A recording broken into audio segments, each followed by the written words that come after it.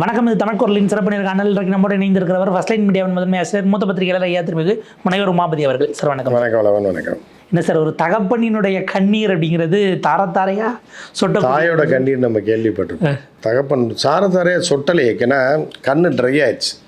அவர் கண்ணீர் ததும்பி வருது. அவர் இதுக்கு மேலே ஒன்றும் சொல்ல முடியல. அதாவது என்ன அப்படின்னு பார்த்தீங்கன்னா, குடும்பத்துக்குள்ளே இவ்வளோ பெரிய காமெடியனாக இருப்பாங்கன்னு நம்ம நினைக்கவே இல்லை. எப்படின்னா, குடும்பத்துக்குள்ளே பேசுகிறத மைண்ட் வாய்ஸ்ன்றது பேசுகிறோன்றது தெரியாமல் ஓப்பன் மைக்கில் பேசிகிட்டு இருக்காரு. ஓப்பன் மைக்கில் பேசுகிறத வீட்டுக்குள்ளே பேசிக்கிறாங்க. இதுதான் இந்த ஒரு இதை புரட்டி போட்டாலே கட்சி பிரச்சனை ஒரு நிமிஷத்தில் தீர்ந்துடும். மகன்கிட்ட சொல்ல வேண்டியது, மகன் அப்பாட்ட சொல்ல வேண்டியது, வீட்டுக்குள்ளே உட்காந்து பேசுகிறத இவர் தனியாக மைக்கு போட்டு ஊருக்கு சொல்ல வேண்டிய அவசியம் என்ன? மகன் ப்ரெஸ் மீட் வச்சு ஊருக்கு சொல்ல வேண்டிய அவசியம் என்னன்னு தெரியல. இது அப்பாவும் மகனும் பேசி தீர்க்க வேண்டிய பிரச்சனையே ஊர் பூரா எதுக்கிட்ட இத்தனை டிவி கரண்ட் செலவு போய் இத்தனை ரிப்போர்ட்டர் போய் அங்கே மைக்கை போட்டு அதை எடுத்து லைவ் பண்ணி இத்தனை அரசியல் ஆலோசகர்கள், அரசியல் சர்வாதிகாரிகள், அரசியல் ஆர்வலர்கள்லாம் ஃபோனை போட்டு என்ன பல பேர் தீபாவளி கொண்டாடுறான். அந்த கவுண்டர் பண்ணி ஒரு படத்தில் போடும், பஸ்ஸுக்கு நின்னவன் இதுக்கு போனவன் சீர்சிறந்தி செய்ய போனவன்லாம் தீபாவளி கொண்டாடுறாயா அப்படின்ற மாதிரி அவன் தீபாவளி கொண்டாடுறாங்க இவங்க அப்பா அம்மா சண்டையை பார்த்து. அதாவது நம்ம ஏற்கனவே பேசியிருக்கோம், அதை பற்றி கடத்திட்டு போனதை நம்ம சொல்லியிருக்கோம். ஏற்கனவே நம்ம தமிழ் குரலில் நம்ம பேசியிருக்கோம். தூங்கி கொண்டிருந்த ராமதாஸை காலையில் அப்படியே கொத்தா வண்டியில் தூக்கி போட்டு எங்கே போகிறோன்னு கூட சொல்லாமல் கதற கடத்திட்டு போயிருக்காங்க. நம்ம ஏற்கனவே சொல்லியிருக்கோம். அதை இன்றைக்கி ஒத்துக்கிருக்காரு. யார்? கடத்தப்பட்டவரே ஒத்துக்கிட்டார். காலையில் வந்தாங்க, தூங்கி கொண்டு இருக்கும்போது ஜெய் ஸ்ரீராம் சத்தம் கேட்டுச்சு. ஏதோ டிவி ஓடுதா, பாரத் மாதா கி ஜெய்ன்னு கேட்குது. என்ன டிவி ஓடுதான்னு முழிச்சு பார்த்துருந்துருக்காரு காலகாத்தால் 5:30 மணிக்கு. யாரா அவன் தோட்டத்துக்குள்ளே சவுண்டு போடுறதுன்னா ஒன்றும் இல்லை, சரி டிவி ஆஃப் பண்ணு கடான்னு இருக்காரு. ஐயா டிவிலாம் போடலையா, மணி 5:30 தான் ஆகுது அப்படின்னு, 5 தான் ஆகுது அப்படின்னோடனே நம்ம தோட்டத்தில் தான் ஒரு கூட்டமாக நிறையா பேர் வந்து கத்திட்டு இருக்காங்க, யாருன்னு தெரியலையா, புது ஆட்களாக இருக்குன்னு. எப்படி உள்ளே திறந்து வந்தாங்க, கேட்டை திறந்து இந்த நாயெல்லாம் மீறி வந்தாங்கன்னு தெரியலையா, இவங்க கத்தனை நாயெல்லாம் தெரிச்சு ஓடி போயிடுச்சாரு. அப்போ எவ்வளோ பேர் வந்திருக்காங்கன்னா ஒரு 50-100 பேர் வந்திருக்காங்கன்னு வெளியே வந்து பார்த்தா அன்புமணி. ஏன்னாடா நம்ம மகன் நிற்கிறான்னு பார்த்தா பின்னாடி டீமு யாருன்னே அவருக்கு தெரில. இவரை பார்த்தோன்னே பாரத் மாதா கி ஜெயின்னு இருக்காங்க. என் வீட்டில் ஏன்டா பாரத் மாதா கி ஜெயின்றீங்க அப்படின்னு சொல்லி டென்ஷன் ஆகும்போது அப்படியே அப்பா குளிங்கன்னு இருக்காரு.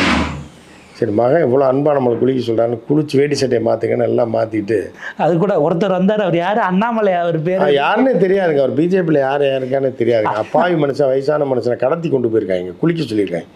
சரி, மகன் தானே குளிக்க சொல்கிறாருன்னு குளிச்சு வேட்டி சட்டையை மாற்றிருக்காரு. அப்படி வாங்க வண்டியில் ஏறுங்கன்னா, எதுக்குப்பா காலங்காத்தால் 5 மணிக்கெலாம் வண்டி ஏற சொல்கிறேன்னா, இல்லை நீங்கள் வாங்க வண்டியில் ஏறுங்க. சரி, ஏதோ தைலாபுரத்துலேருந்து விழுப்புரம் பஸ் ஸ்டாண்ட் வரைக்கும் கூட்டு போகிறாரு போல தம்பி திறக்கணும் அப்படின்னு கூட்டு போகிறாரா அப்படின்னு சொல்லிட்டு தியாகிகள் சிலை இருக்குல்ல, கூட இவங்கெல்லாம் வந்திருக்காங்க, இவங்க சிலை செஞ்சவங்களா இருக்கும் போல. பாரத் மாதா சிலைகளே திறந்து வைக்கிறக்காக வந்திருப்பாங்க போல. அன்புமணி காசை வாங்கிட்டு தனியாக புக் பண்ணிட்டாப்புல போலான்னு வந்திருக்காரு. வண்டி ஏறினா கதற மணிக்கணக்கில் போயிட்டு இருந்திருக்கு வண்டி. விழுப்புரம் தாண்டி இருக்குது, விருத்தாச்சலம் தாண்டி இருக்குது, குறுக்கு ரோட்டில் போய் அதை சேலம் இதுக்கு போய் ரைட்டில் வளைஞ்சிருக்கு.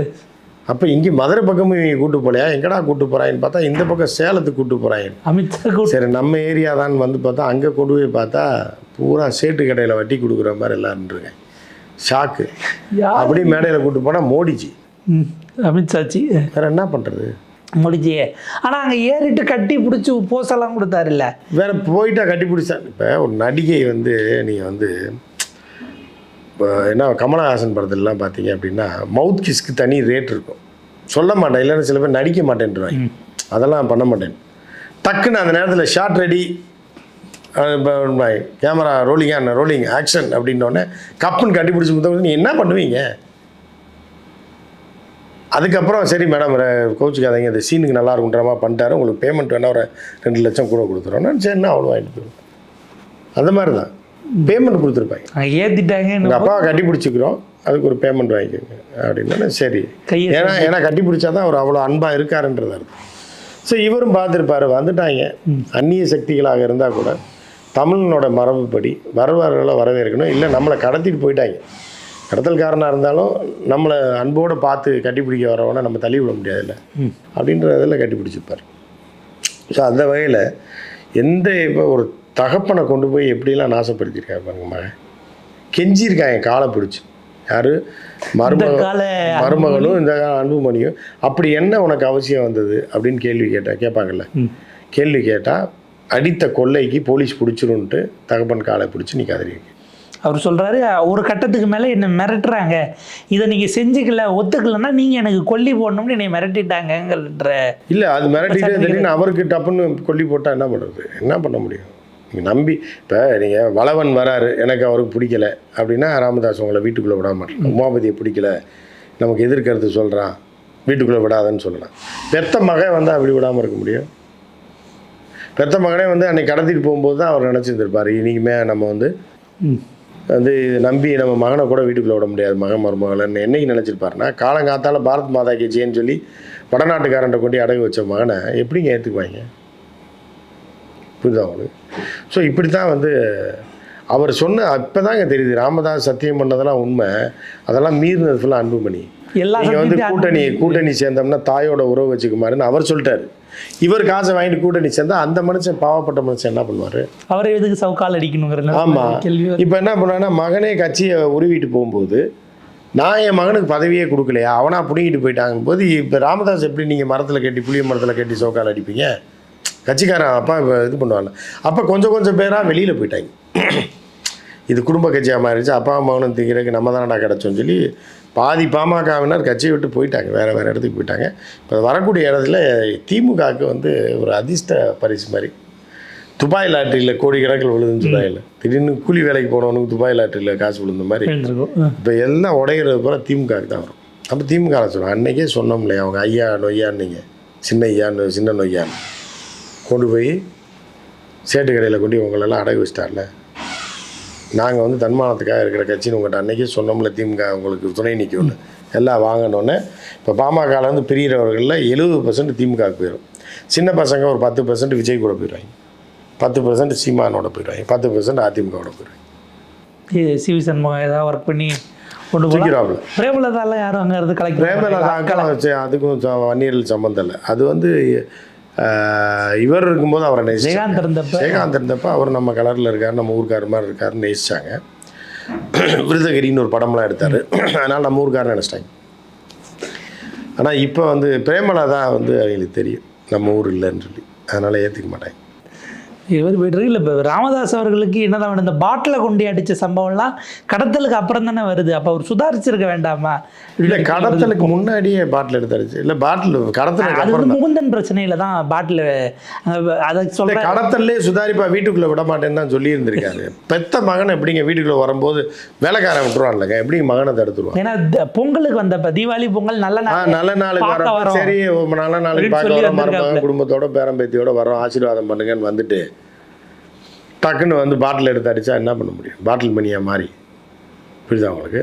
ஸோ அந்த மாதிரி தான் ஆயிடுச்சு. அந்த பாட்டில் மணின்னு மாதம் ஒரு படத்தை நடிச்சு அவனுக்கு பாட்டிலுக்கு சம்மந்தம் கதருவாங்க, கடைசியில் பாட்டில் மணியாக மாற்றி அவனை ரவுடியாக மாற்றிடுவாங்க.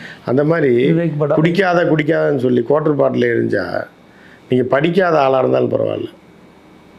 2 பேரும் MBBS, இத்தனை போதா குறைக்கும் மருமக டாக்டரேட் வேறு PhD. அப்போ 3 பேரும் டாக்டர். அப்போ இவர்களெல்லாம் எப்படி படித்தவனுக்கு அறிவு இருக்குன்னு நம்புவாங்க மக்கள்? படித்தவன் பாமரனுக்கு ஆரம்பித்த கட்சி தான் இது. அப்போ பாமரன் நிலைமை என்ன? நாளைக்கு போய் ஐயாவோ சின்ன நொய்யாவோ போய் ஒரு குடும்பத்தில் பிரச்சனை, ஒரு வன்னிய குடும்பத்தில் அப்பாவுக்கு மனுக்கு சொத்து பிரச்சனை, இவங்க போய் சொன்னால் கேட்பானாவே? பணம் மட்டை எடுத்து மண்டையை பிளந்து போவேன். போயா நீ எல்லாம் தலைவன் சொல்லி எனக்கு அறிவுரை சொல்ல வரேன். அந்த வடிவேல் ஒரு படத்தில் சொல்லுவேன், டே அப்பா என்னடா கல்யாணம் பண்ணிவிட்டு முதல் இரவு பண்ண விடாமல் பண்ணுற, உன்னை அடிச்சே கொண்டு போடுவேன்டா அப்படின்ற மாதிரி அந்த மாதிரி இப்போ ஆயிடுச்சா மாட்டிக்கிறார். அந்த மாதிரி இப்போ வந்து என்னென்னா இவரெல்லாம் போய் தீர்ப்பு சொல்ல பலகருப்பையாக பாவம். பலகருப்பையாக என்ன பேசுகிறாருன்னு அவருக்கே தெரியாது. காலையில் ஒன்று பேசுவார், மத்தியானம் ஒன்று பேசுவார். பலகருப்பையாலாம் போயிருக்கார். ஃபோன் பண்ணி கேட்டாரா, நான் வேணா போய் தம்பிக்கிட்ட பேசுவார்னா ஐயா அவருக்கு தெரியாது, அவரோட மெண்டல் அன்புமணி. அவர் ஒரு சேனலில் கொடுத்த பேட்டியை அந்த ஸ்கிரிப்டரை எடுத்து ப்ரெஸ் மீட்டில் படிக்க சொல்கிறாரு. நீர் அடித்து நீர் விலகாது, அப்பாவுக்கு பிறகு உங்களிடம்தான் சொத்து வந்து சேருவதை போல கட்சியும் வந்து சேரும், அப்பா சொல்வதை கேளுங்க. அப்போ என்ன கட்சி நான் அப்பாவோட சொத்தா? அது 2 கோடி வன்னியர்ன்றாங்க. 2 கோடி வன்னியர் எங்கே இருக்காங்க தமிழ்நாட்டில்? மொத்தமே 7 கோடி பேர் தான் இருக்கான், வடக்கனோட சேர்த்து. வடக்கனே 1.5 கோடி பேர் இருக்கேன். இதில் வன்னியர்கள் எப்படி இருக்காங்கன்னு தெரில. 50 லட்சம் வைங்களேன், 1 கோடியோட வைங்க, இல்லை 2 கோடின்னு வைங்க. அப்போ 2 கோடி வன்னியனுக்கு முட்டாளா? இல்லை இப்போ ஒவ்வொரு கேஸ்டும் சொல்கிற கவுண்டெல்லாம் பார்த்தா அது இந்தியா 200 கோடி 200 கோடி சைனா இந்தியா சைனா சேர்த்தாவே அவ்வளோ வராதேடா, எப்போ அப்படி சொல்கிறீங்கன்னு சொல்லலாம். இல்லை வச்சுக்கிட்டா கூட அப்போ 2 கோடி வன்னியர்கள் முட்டாளா அப்படி சொல்ல வரீங்களா? அப்போ மொத்தமாக வன்னியர்களை கொண்டு சேட்டு கடையில் அடகு வச்சிருக்கீங்க அப்படி தானே அர்த்தம். ராமதாஸை கொண்டு அடகு வச்சான்னா வன்னியர்களை கொண்டு அடகு வச்சானா? வன்னியர்களோட முதுபெரும் தலைவர் தானே ராமதாஸ். அவர் சொன்ன கையசவுக்கு தான் வன்னிய மக்கள் கேட்பாங்க. அப்போ ராமதாஸை கொண்டு சேட்டு கடையில் அடகு வச்சிங்கன்னா வன்னிய மக்களை கொண்டு அடகு வச்ச மாதிரி தானே. அப்போ ஏன் அந்த வேலையை சின்ன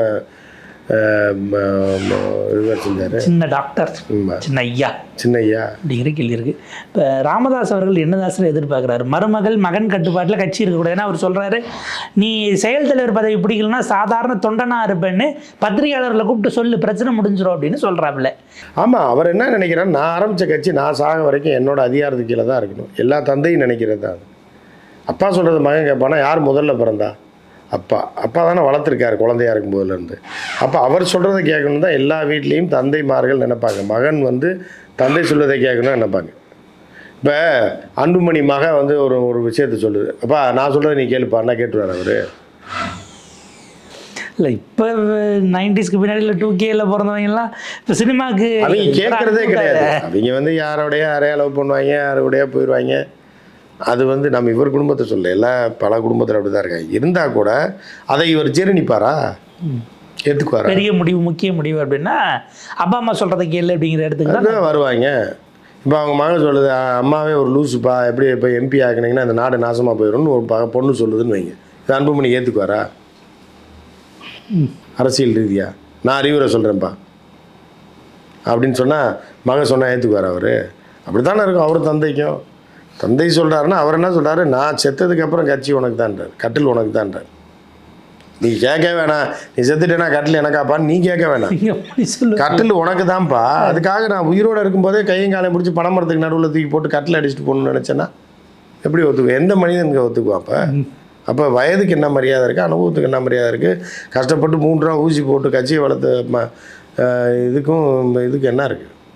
அதாவது 35 வயசில் நான் கொண்டு போய் அமைச்சராக்குனது தான், என் சத்தியத்தை மீறி செஞ்சது தான் நான் பண்ண தப்பு. ஆமாம், செய்த பாவத்துக்கு அப்போ அனுபவிச்சுதானே எந்த மனிதனாக இருந்தாலும்.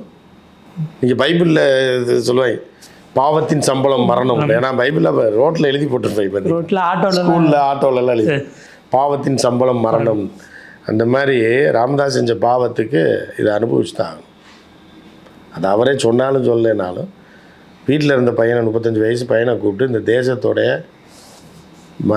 அமைச்சராக்கி இந்த 55 வயசுலேயே இவ்வளோ கூமுட்டையாக இருக்கும்போது 35 வயசு குடும்ப பிரச்சனையை கொண்டாந்து தெருவில் வச்சு நாரடித்து அசிங்கப்படுத்தி கட்சியவே 2ஆக்கி பெத்த தந்தையை தெருவில் விட்டு கடத்தி கொண்டு போய் வடநாட்டுக்காரன் அடகு வச்சு சிபிஐலேருந்து தான் தப்பிக்கிறதுக்கும் நீ ஒரு ஆள் ஜெயிலில் போகாமல் தப்பிக்கிறதுக்கு 2 கோடி வன்னியர்னே வச்சுக்கோ. 2 கோடி வன்னியரையும் கொண்டு நீ அடகு வைப்பியா? அப்போ வடநாட்டுக்காரன்ட்ட சங்கிகள்கிட்ட கொண்டு விற்றுருவியா நீ? அப்போ உனக்கும் ரொம்ப மோசமான வார்த்தைகள் நம்ம வாயிலேருந்து வரும். இப்போ என்ன வித்தியாசம் இருக்குது? அப்போ இப்படிப்பட்டவர்களே எப்படி ஒரு தந்தையை ஏற்றுக்க முடியும் அப்படின்றது தான் ராமதாஸ் சொல்கிறார். பாப்போம் சார், ஒரு 3வது பெரிய கட்சி ஒரு காலத்தில் கிளைம் பண்ணிக்கிட்டு இருந்தாங்க. இன்றைக்கி விஜய் எல்லாம் கூட்டணிக்கு வரணும்னு அதிமுக பாஜக கூப்பிட்றாங்க, பாமக வரணும்னு ஒருத்தருமே கூப்பிடாத நிலைக்கு வந்துடுச்சு அப்படிங்கிறதையும் பார்க்க வேண்டியிருக்கு. இது எப்படி போகுதுன்னு பார்ப்போம். உங்கள் நேரத்துக்கு வரதுக்கு மிக்க நன்றி சார்.